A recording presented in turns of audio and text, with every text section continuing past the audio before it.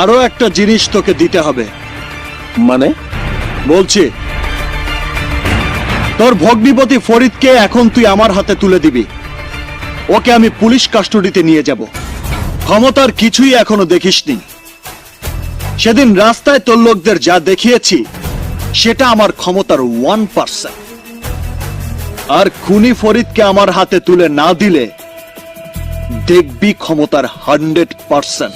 High voltage 440 মারবো এখানে, আর লাশ পড়বে 10 মাইল দূরে। এটা তোর ফ্যামিলি ম্যাটার না, আমার ফ্যামিলি ম্যাটার।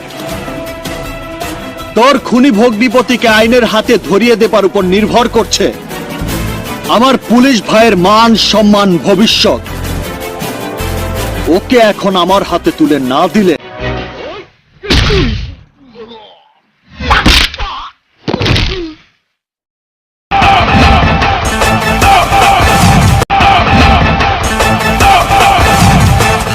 ফরিদকে তুই আমার হাত থেকে বাঁচাতে পারবি না। কারণ আমার ভাইকে আমি কথা দিয়েছি আগামী 72 ঘন্টার মধ্যে ওকে তুই কোর্টে হাজির করবি।